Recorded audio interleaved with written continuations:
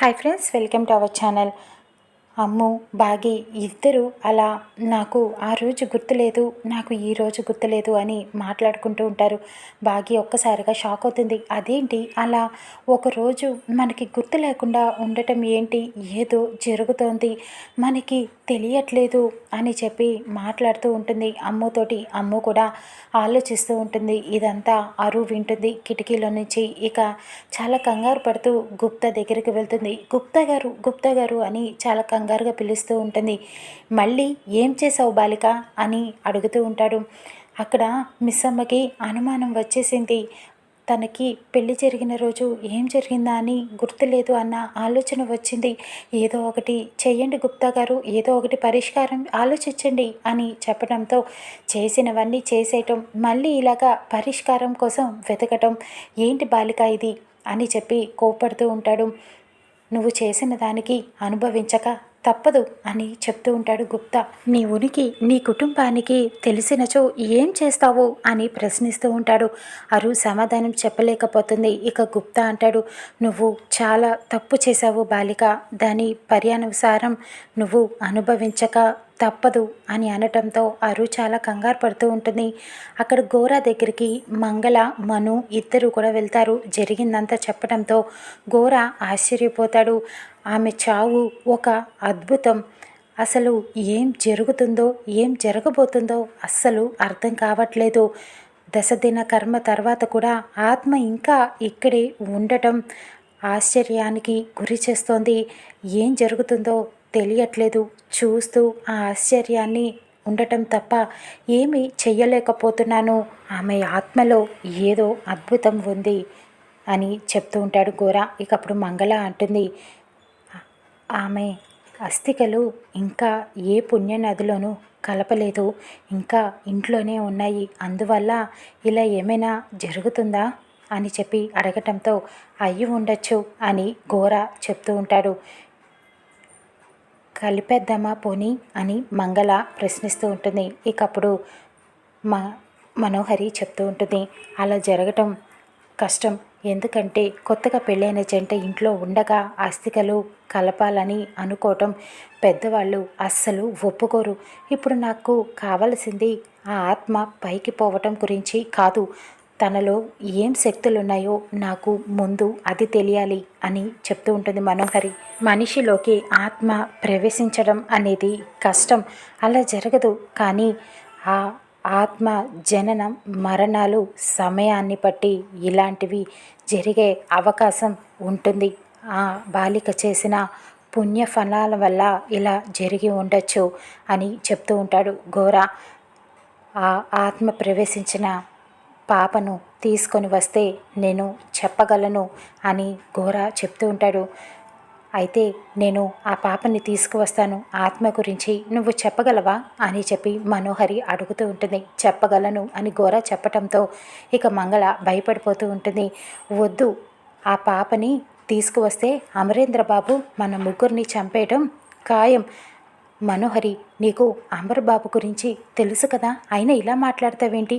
వేరే ఏదైనా పరిష్కారం ఉందేమో ఆలోచిద్దాం, ఇలాంటి పంచాయతీలు పెట్టకు, ఆ పాపని అప్పగించే బాధ్యత మాత్రం తీసుకోకు అని మంగళ చెప్తూ ఉంటుంది. లేదు, నేను ఆ పాపని ఇక్కడికి తీసుకువచ్చి అప్పగిస్తే నాకు ఆ మిస్ అమ్మ నుంచి విముక్తి కలుగుతుంది. మిస్ అమ్మ అమర్కి దగ్గరైపోతుంది. నేను ఆపలేకపోతున్నాను. గోరాకి తీసుకువచ్చి అమ్ముని అప్పగిస్తే అప్పుడు నాకు ఆత్మకి ఉన్న శక్తులు అన్నీ కూడా తెలుస్తాయి. నేను తీసుకువస్తాను. గోరాకి ఆ విషయం చెప్పి వెళ్ళిపోతుంది. ఇక గోరా చాలా సంతోషపడుతూ ఉంటాడు. పాపని తీసుకువస్తే వెనకాలే ఆ ఆత్మ కూడా ఇక్కడికి వస్తుంది.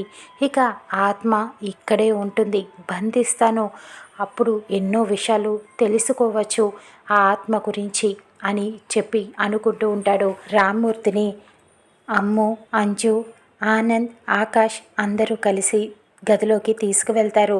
రండి తాతయ్య రండి అని చెప్పి మంచం మీద కూర్చోబెడతాడు. ఏంటర్రా, ఏంటి మీ గొడవ అని చెప్పి అడుగుతూ ఉంటారు. ఇక అప్పుడు అంజు, అమ్ము అందరూ కలిసి అంజు గీసిన డ్రాయింగ్ని రామ్మూర్తికి చూపిస్తూ ఉంటారు. ఇదిగోండి తాతయ్య అని చెప్పి చూపించటంతో రామ్మూర్తి అమర్ అరుల ఫోటోని చూసి చాలా ఆశ్చర్యపోతాడు. చాలా బాగుందర్రా, ఎవరు గీశారు అని అడుగుతూ ఉంటాడు. ఇక అప్పుడు అదుగో అంజు అక్కడ కూర్చొని చాలా బిల్డప్లు ఇస్తూ ఉంటుంది, ఫోజులు కొడుతూ ఉంటుంది. ఇక అప్పుడు ఆనంద్ ఆకాష్ చెప్తూ ఉంటారు, ఇక్కడ ఎవరైతే ఎక్కువ ఓవర్ యాక్షన్ చేస్తున్నారో వాళ్ళే గీశారు అని చెప్పడంతో అంజు, కుళ్ళు తాతయ్య, వీళ్ళకి కుళ్ళు, నేను గీశానని చెప్పి ఇంత బాగా అని అనటంతో నిజంగానే చాలా బాగా గీసావు అంజు, అచ్చు డైరెక్ట్గా చూస్తున్నట్టుగానే ఉంది, కళ్ళకు కట్టినట్టుగా ఉంది, మీ అమ్మా నాన్నల ఫోటో చాలా బాగుంది అని చెప్పి మెచ్చుకుంటూ ఉంటాడు రామ్మూర్తి.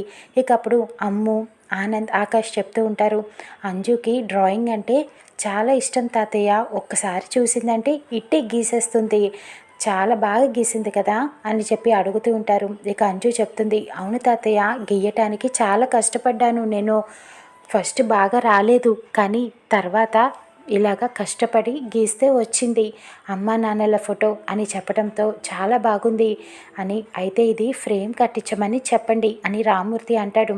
ఆల్రెడీ డాడీ రాతోడికి చెప్పేశారు ఫ్రేమ్ కట్టించమని అని ఆనందంగా చెప్తూ ఉంటారు. అయితే ఫ్రేమ్ కట్టిస్తానన్నారు కదా, ఇక్కడ పెడదాం, లోపల ఎందుకు పెట్టుకోవటం అని గోడకి ఆ డ్రాయింగ్ని పెడతాడు. చాలా అందంగా కనిపిస్తూ ఉంటుంది. కిటికీలో నుంచి మనోహరి ఇదంతా చూసి కుళ్ళుకుంటూ ఉంటుంది. వీళ్ళ ఇద్దరు ఫోటోని ఇలా గోడకు పెట్టడానిక దాన్ని నేను పైకి పంపించింది, ఎందుకు ఉండనిస్తాను నేను ఇక్కడ, అలా చూస్తూ ఊరుకుంటానా ఏంటి, వాళ్ళిద్దరు ఫోటో అలా అందంగా కనిపిస్తూ ఉంటాయి అని చెప్పి మను అనుకుంటూ ఉంటుంది. ఇక రామ్మూర్తికి మిస్ అమ్మ కాఫీ తీసుకొచ్చి ఇస్తుంది.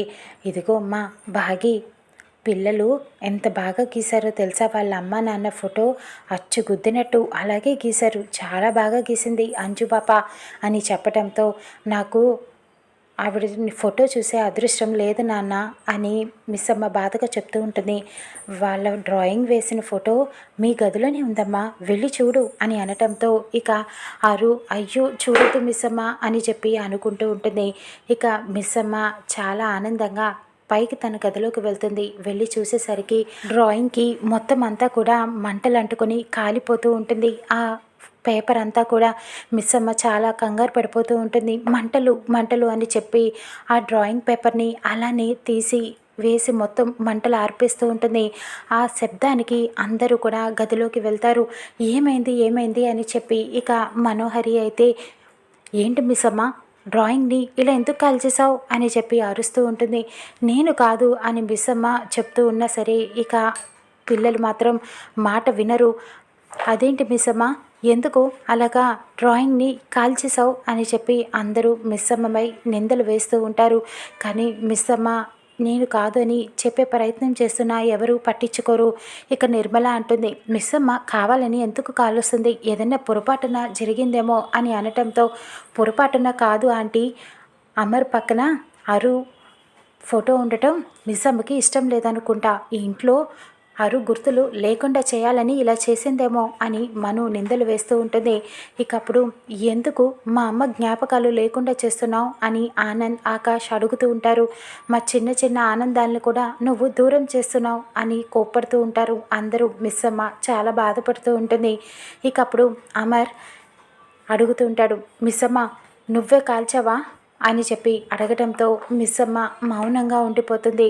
ఇక అప్పుడు ఇంతలో రామ్మూర్తి, లేదు బాబు, తన తప్పు ఏమీ లేదు, నేనే ఇలా పొరపాటున నా వల్లే జరిగింది, నేను నా చేతుల్లో నుంచి బాగి తీసుకుంటూ ఉండగా నా చేతిలో ఉన్న లైటర్ పొరపాటున అంటుకుంది అని చెప్పడంతో మిస్ అమ్మ నాన్న అని చెప్పి అంటుండగా, నువ్వు మాట్లాడకు బాగి అని చెప్పి ఆపేస్తాడు.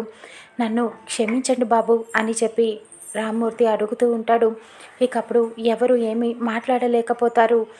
మనోహరి కోపడుతూ ఉంటుంది, మీరు పెద్దవారు అయ్యుండి కూడా ఇలా బుద్ధి లేకుండా మాట్లాడుతున్నారు, ఇలా ఎందుకు చేశారు, ఆ మాత్రం జాగ్రత్తగా ఉండలేరా అని చెప్పి రామ్మూర్తిపై కోపడుతూ ఉంటుంది. ఇక అప్పుడు అమర్కి కోపం వస్తుంది. మనోహరి ఏం మాట్లాడుతున్నావు, తండ్రి వయసున్న వారిని ఇలాగేనా అగౌరవంగా మాట్లాడేది, ఇంకొకసారి ఇలా మాట్లాడవంటే నేను ఊరుకోను అని చెప్పి వార్నింగ్ ఇస్తాడు. ఇక మనోహరి అలాగే అమర్ అని సైలెంట్ అయిపోతుంది. ఇక బాగి అయితే అలా నాన్న అని చెప్పి రామ్మూర్తి వెనకాలే వెళ్తూ ఉంటుంది. అక్కడ అరు ఇదంతా చూస్తూనే ఉంటుంది. అమర్ కాలిపోయిన ఫోటోని పట్టుకొని బాధపడుతూ ఉంటారు. అరుని తలుచుకుంటూ ఉంటాడు. అరు అది చూసి తట్టుకోలేకపోతుంది.